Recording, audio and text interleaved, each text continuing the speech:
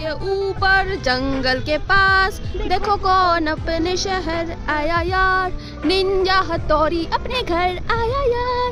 बड़ी बड़ी आंखें और मुंह है छोटा सा, सर पे है रोटी और टोपी और गाल मोटा सा, तेजी का इसका नहीं कोई ठिकाना। दो मच्छर अभी दो।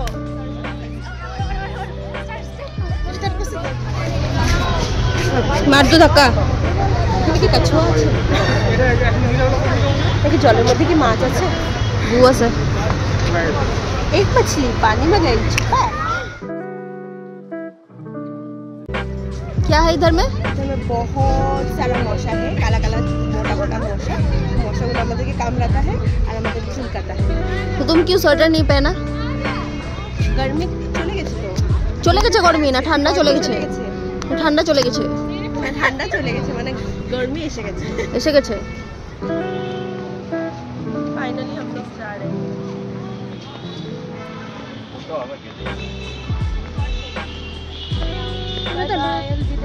তুমি তো নেচে নেচে কেন হাঁটছো? খুব খুশি আমি কারণ আমি বেরোতে কিছু খেতে যাব फाइनली। तो आपको इधर कैसा लगा? हमको इधर में खास नहीं लगा क्योंकि बहुत सारा मच्छर था तो मच्छर काटा। उसके अलावा तो कुछ भी नहीं था। थोड़ा सा रिवर साइड में जो थोड़ा सा देखा थोड़ा सा, जब तक हम लोग गए तो अंधेरा ही हो चुका।